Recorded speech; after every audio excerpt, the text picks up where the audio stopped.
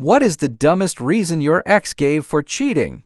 Story 1. So simply put, she cheated on me, so I cheated back. Age when story started, 22, age now 30. The story gets a lot more dramatic. I worked as a pizza delivery guy at the time. I came home from work one day with chocolates and flowers for her. We had been together for 5 years at this point, and she was screwing another guy in our bed. As soon as I entered my apartment and heard sex noises, I knew I snuck into the frame of my bedroom door and witnessed the act with my own 2 eyes. They never even noticed I was there. I was so hurt by the situation, which I should have confronted head-on, that I left my own house and went to my buddy's house and smoked a blunt. He told me I should let her know I caught her and see how she reacted, but I didn't. I was just trying to rationalize what I did wrong a lot. Several hours later, I returned home, gave her the chocolate and flowers, and continued like nothing was wrong. I was such a fool. Needless to say, she got ready for her job, which was a night shift security guard, and left around 7 p.m. I sat there for several hours crying after she left. Around 10 p.m., our roommate called and asked if I could come up to her job and see what was going on with her car. The roommate is also my significant other's best friend.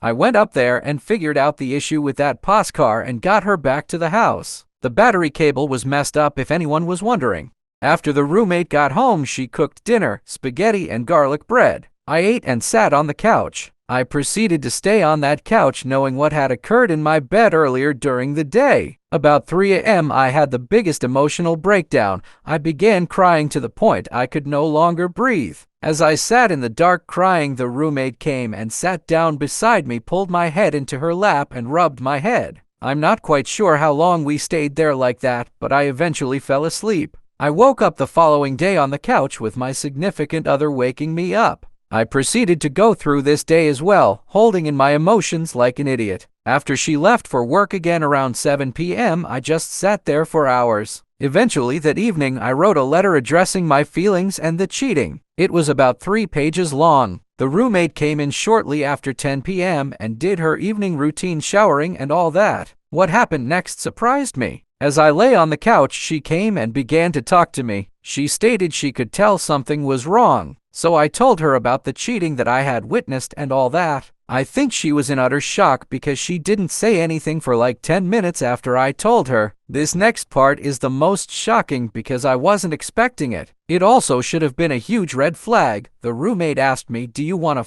f me to get back at her?" I never answered yes, I just jumped on her. We did many different things that night. I also had a new experience with girls who like to be choked. So here is the part where goes down. Still not the craziest part. I fell asleep on the couch after that night, only to be woken up by arguing around 7 hours. My significant other had gotten home and her and the roommate were arguing. The roommate confronted my so about cheating. The words that came out of the roommate's mouth next were stupid. "That's why I let your man fill me up while you were working."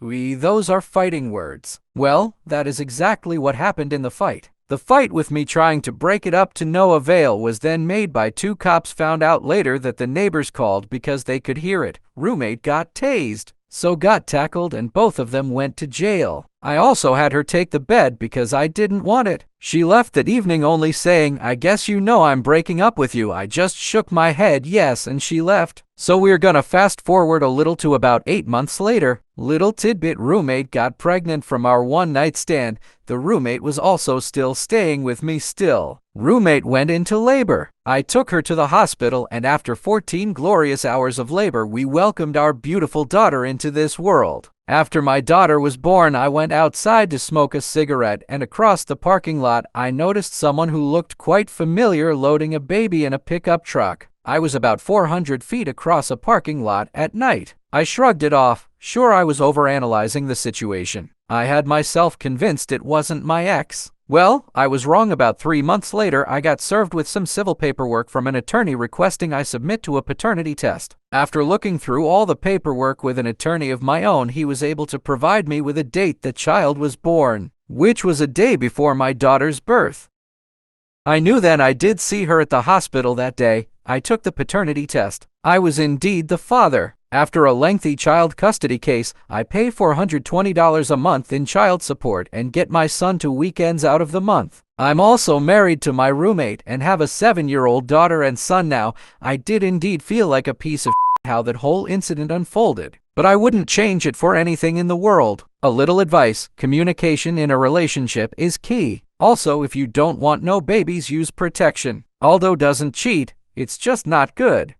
Story 2. She blamed me. She said I didn't want to have sex with her anymore, so she took the opportunity when another guy was putting the moves on her. My jaw just dropped. We went from having sex every day to the moment she moved in, rejecting me 99% of the time when I tried to initiate. So of course, I gave up and figured she would just initiate when she wanted to. When she said no, I just accepted it. But when she would initiate late at night and I said no because I had work early the next day, she would stay up screaming and crying until I gave in to her demands. She pointed to this when I caught her cheating and said, "Shouldn't have to beg you to have sex with me." Guys would be lined up across town for the chance to have sex with me. Absolutely a dumb reason when I reflect back on it, but maybe I was the dumb one because I forgave her and actually believed I was the problem. So I said yes to being her sex slave even when I didn't feel like it. Didn't stop her from cheating again. I realize now that the biggest incompatibility in the bedroom was that I viewed sex as sharing love with a willing partner,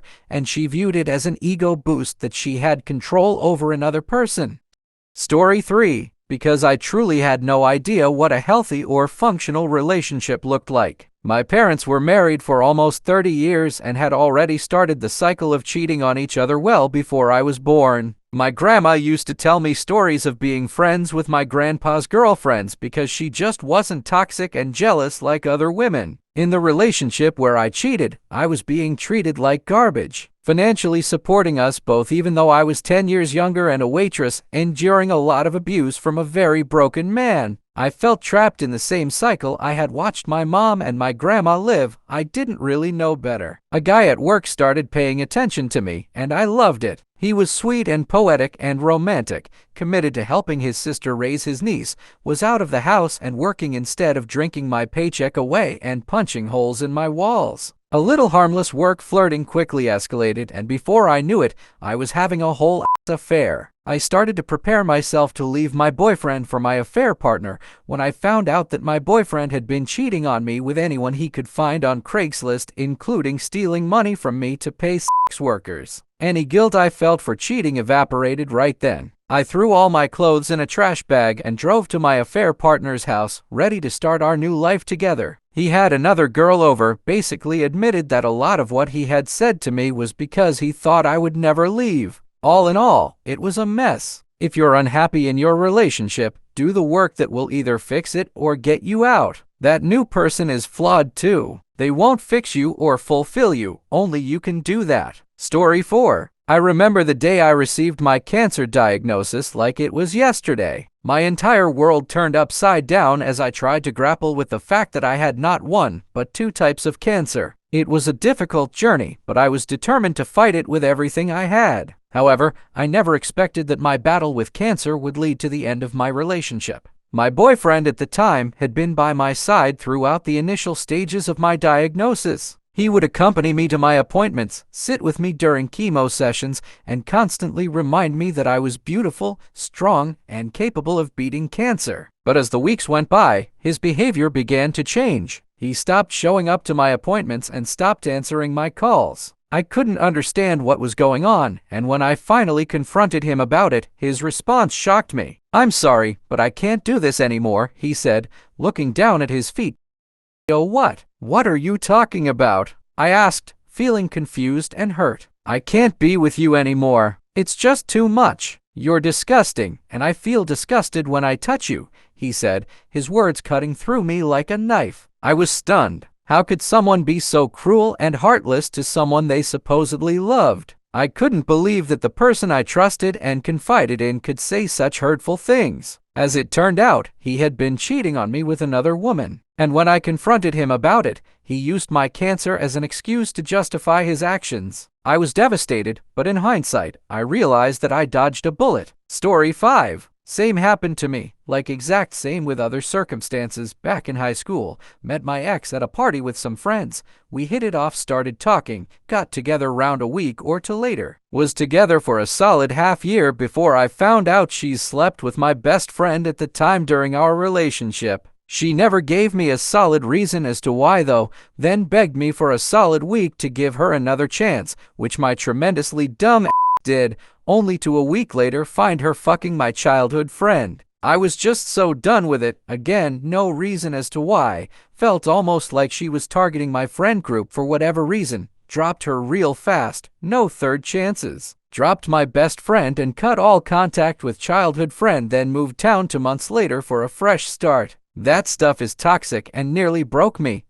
Story 6. No reason at all. She just said she fell out of love and has no explanation as to why. I actually didn't even find out she likely cheated on me until like 4 years later. A few months after we broke up, when my close friend, who still has her added on Facebook, showed me she was living with some dude now. His face and name looked and sounded familiar, but I didn't give it much thought. That was until I was going through my old Google Drive last year and found an essay I had helped my ex's cousin write for her college admissions. This was literally within 6 months of my ex and I dating. I was curious and read through her essay and the comments I made and found something interesting. In the history of the document, edits were made by that same guy my friend had told me about years prior. So I looked more into it, and in the photos my ex had originally tagged me in that were her vacation, this same guy had been making comments and was getting tagged as well. Yeah, I guess you could argue that doesn't mean cheating was happening, but I don't know. It's all way too coincidental to me. I'm over it for the most part, but I would have greatly appreciated the honesty from the beginning. Story 7. He asked to take a break, and since he called it, he set the rules and said we can't see anyone. He told me it was just time to think, but we are still together. And I even clarified. I said, so we aren't seeing other people? And he said, absolutely not. Come to find out, he went on Tinder right away and went on a date. I called him out and he said, I don't like being accused of this. I never cheated on you. It was one date and nothing happened. It was terrible and made me miss you. Like, sorry your cheating date didn't go better? So it's not cheating if it's a date but nothing physical happened? We obviously ended up breaking up. And sweet karma came along because 3 years later he told me he was still in love with me and happiest when he was with me and wanted to get married, and I turned him down. Story 8. So I don't know for certain, but I strongly suspect that my ex-girlfriend in high school cheated with a friend of mine. She didn't know we were friends. When I told her I wanted to break up, she let me know she was thinking about it anyway because her friend told her about this other guy who is really cute and drives a fast car that sounds like a bumblebee, and she really wanted to meet him. The way she said it made me feel like she wasn't just told about this car, but she had seen it and been in it. Weeks later, one of my car buddies told me he went on a date with this girl and she was going around town telling people I knocked her up. She was neither pregnant nor let me sleep with her. Not that I didn't try. Story 9. It's considered cheating in my case, but things led up to it which caused the incident.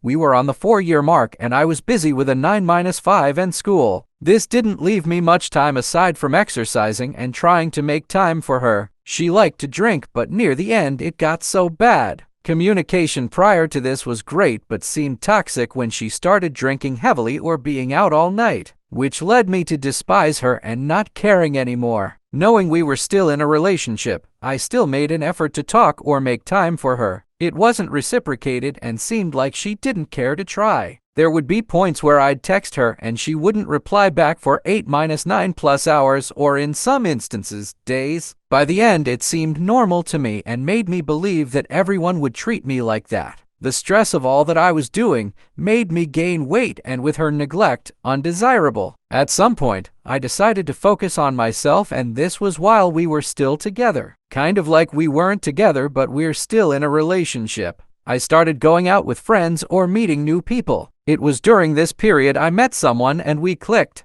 I didn't think anything of it at the time, but along with other people, her and I exchanged numbers. Whenever we exchanged messages, she responded instantly and seemed like she wanted to talk to me. This was still while my then girlfriend was being aloof or ignorant towards me. You guys can figure out where this is going. Regarding my girlfriend at the time, I guess she got heavily intoxicated one night. I received a phone call around 2-3 a.m. When I answered, a guy was talking. Told me he and his friends found her passed out in the bar and called me after unlocking her phone. I went and got her and broke up with her a couple of days after. Story 10. I still remember the day my ex-girlfriend told me that she had met someone else. It was a shock to say the least, as we had been together for 2 years and I thought things were going well. But as she explained to me, she had met someone who she immediately knew she was going to marry. You can't fight fate, you know? She had said to me, trying to sound sympathetic. I was heartbroken, but I knew that I couldn't force someone to stay with me if they didn't want to. So, I let her go, thinking that maybe someday she would come back to me. A month after our breakup, I received a call from her. She was sobbing on the other end of the line, telling me that she had made a huge mistake by leaving me. She had moved abroad to be with the guy she thought was the one, but it had turned out to be a disaster. He was nothing like I thought he was, she said between sobs. I miss you so much, and I realize now that I want to be with you. Can you forgive me? I was torn. On the one hand, I still loved her and wanted to be with her. On the other hand, I didn't want to be someone's second choice. But before I could make a decision, she dropped another bombshell on me. She had already gotten married to the guy she had moved abroad for, thinking it would somehow fix things. It was a mistake, and I need to fix it. I want to be with you, and I'll do anything to make it right, she said, desperation creeping into her voice. I was at a loss for words. I didn't know what to think or feel. And then, as if things couldn't get any more bizarre,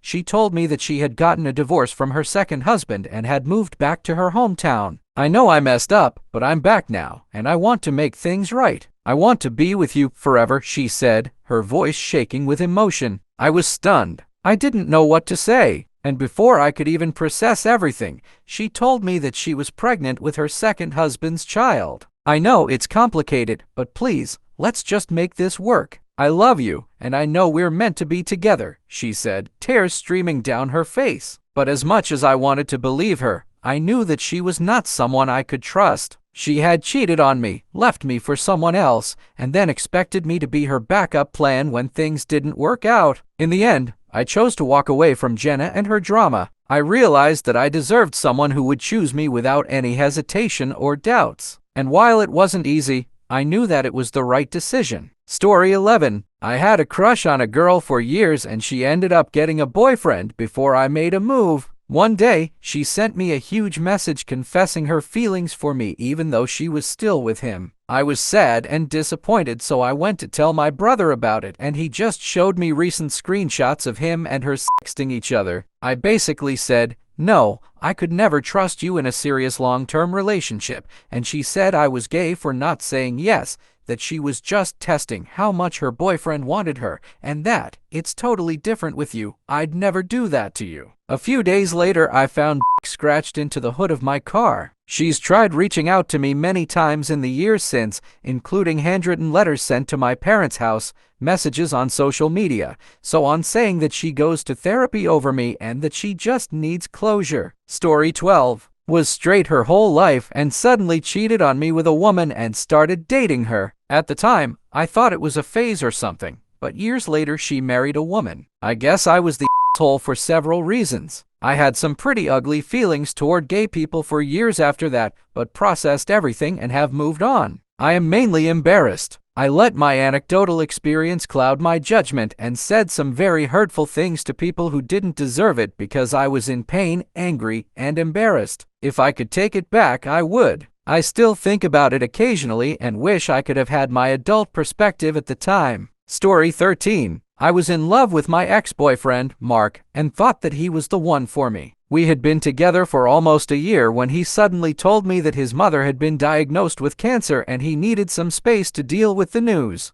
At first, I was understanding and sympathetic towards him. I knew how tough it could be to deal with a sick loved one, and I wanted to be there for him in any way I could. But as the days went by, I noticed that he was pulling away from me, and our conversations became few and far between. It wasn't long before I started to suspect that something was off. His best friends would tell me that they had hung out with him, and he seemed to be doing just fine, despite his mother's illness. I was confused and hurt, wondering why he would lie to me about something as serious as cancer. One day, I decided to confront him about it, and he finally admitted that he had made up the story about his mother to get some space from me. But as it turned out, he wasn't dealing with his mother's cancer at all. Instead, he was starting a new relationship with someone else. I was devastated. How could someone be so cruel and heartless? I felt betrayed and humiliated, wondering what I had done wrong to deserve such treatment. Mark tried to apologize, but his words fell on deaf ears.